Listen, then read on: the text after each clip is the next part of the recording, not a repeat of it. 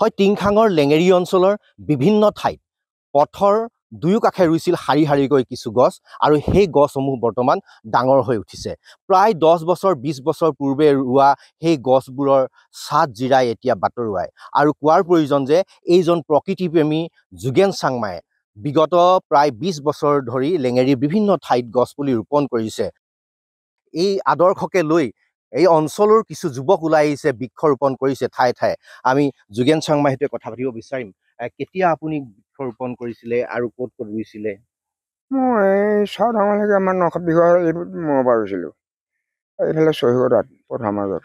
হয়, আৰু মই এইডোখৰ 2010 চনৰ পিছত ৰুইছোঁ। সিডোখৰ কিন্তু মই আগত ৰোৱা আছিলে, সেইফালে কাটি পেলালে 4 লেন হোৱাৰ পাছত। আগৰখিনি গছ চব কাটি দিলে, কাটি উঘালি পেলালে, আকৌ মই নতুনকৈ ৰুলোঁ 2010 চনত। 9-10 চনৰ পৰা ৰুইছোঁ আৰু সেইখিনি গছ। হয়, কি কি গছ পুলি ৰুইছিলে? এনে অৰ্জুন আছে, আম, চাম, কঁঠাল, বৰজামুক, আজাৰ, শিলিখা, এইবিলাকেই, আমলখি, এইবিলাক ঔটেঙা। অৰ্জুনে প্ৰায়ভাগ অৰ্জুনে বেছি। হয়, কি উদ্দেশ্যে আপুনি বৃক্ষ ৰোপণ কৰিছিল? মই বৃক্ষৰোপণ কৰিছিলোঁ। আপুনি চাওক, তেতিয়া দিনতো গাড়ী ঘোঁৰা ইমান নাই, এই মানুহ অহা যোৱা কৰিলে জীয়াব আৰু চৰাই চিৰিকটিও গছৰ গুটি খাব। হয়, এইবুলিয়ে ৰুইছিলোঁ। আৰু আমি যিজোপা গছৰ তলত আছো, এইজোপা গছ কি গছ? এইজোপা পিপল গছ। পিপল গছ। হয়, আৰু এনেধৰণে লেঙেৰী অঞ্চলৰ চহৰীকটাত আৰু 52 নং ৰাষ্ট্ৰীয় ঘাইপথৰ কাষত আপুনি ৰুইছিলে? ৰুইছিলোঁ, আছে আৰু 3জোপা আছে তাত। হয়, এতিয়া আপোনাৰ বয়স কিমান আৰু কেতিয়া আপুনি সেইখিনি ৰুইছিলে? মোৰ বয়স তেতিয়া আছিলে ধৰক, এতিয়াবা 15 বছৰ আগত ৰোৱা আৰু পিছৰখিনি। তাৰপৰা এতিয়া বয়স হৈছে মোৰ 76। হয়, এতিয়াও আপুনি ৰুই আছে নেকি?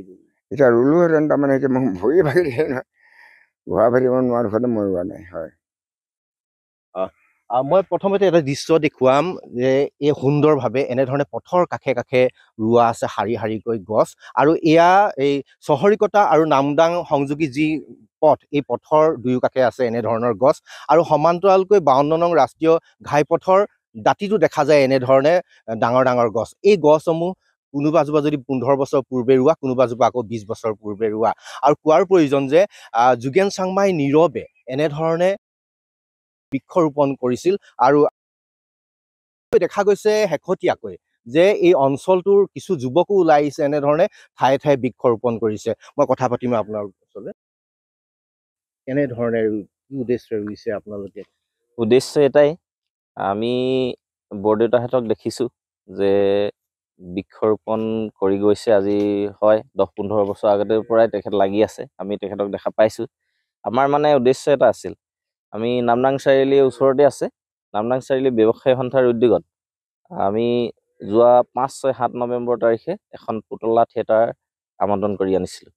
আমাৰ উদ্দেশ্য আছিল, তাৰ যি বাচিব, যি অংশ বাচিব, তাৰে কিছু অংশ আমি বৃক্ষৰোপণ কাৰ্যসূচী ল'ম।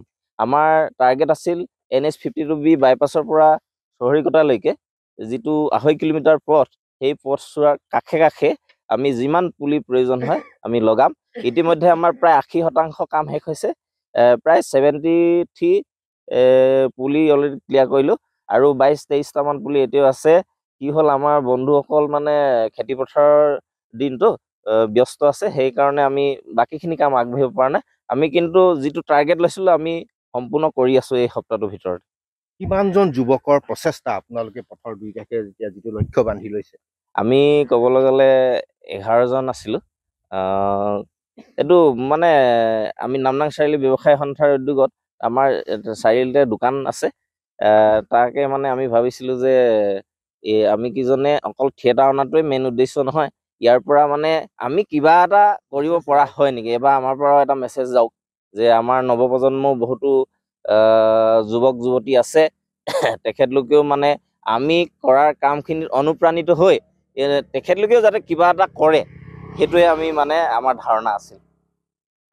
নিশ্চয়কৈ প্ৰশংসনীয় পদক্ষেপ যে এই অঞ্চলৰ যি প্ৰকৃতিপ্ৰেমী যোগেন চাংমাই আৰু লগতে এই অঞ্চলৰ যি যুৱকসকল, এই যুৱকসকলো ওলাই আহিছে এতিয়া বৃক্ষৰোপণ কৰাৰ ক্ষেত্ৰত। আৰু মই দেখুৱাম যে পথৰ কাষত এয়া হৈছে আজাৰ গছ, আজাৰ গছ এনেধৰণে বিভিন্ন শাৰী শাৰীকৈ যিবোৰ এই পথৰ দুয়োকাষে দেখা গৈছে গছ, এই গছসমূহ ৰুইছিলে যোগেন চাংমাই। শেহতীয়াকৈ যুৱক চাম এই অঞ্চলৰ যুৱকসকলো ওলাই আহিছে, এনেধৰণে এতিয়া বৃক্ষৰোপণ কৰিছে আৰু বকুল গছৰ পুলি ৰোপণ কৰিছে। আৰু নিশ্চয়কৈ এদিন এই পুলিসমূহ ডাঙৰ হৈ উঠিব আৰু পথৰ দুয়োকাষে যি পৰিৱেশ সুৰক্ষাৰ ক্ষেত্ৰতো এই গছসমূহে এক ভূমিকা ল'ব বুলি ক'ব পাৰি। আৰু নিশ্চয়কৈ এক প্ৰশংসনীয় পদক্ষেপ যোগেন চাংমাইৰ লগতে আৰু এই অঞ্চলৰ যুৱ প্ৰজন্মই যি পদক্ষেপ গ্ৰহণ কৰিছে, ই নিশ্চয়কৈ এক প্ৰশংসনীয় পদক্ষেপ। আপুনি বিচৰা বাতৰি পাব কেৱল নিউজ 18 এপত। নিউজ 18 এপ ডাউনলোড কৰিবলৈ স্কেন কৰক এই QR কোড। গুগল প্লে ষ্টৰতো পাব এই নিউজ 18 এপ।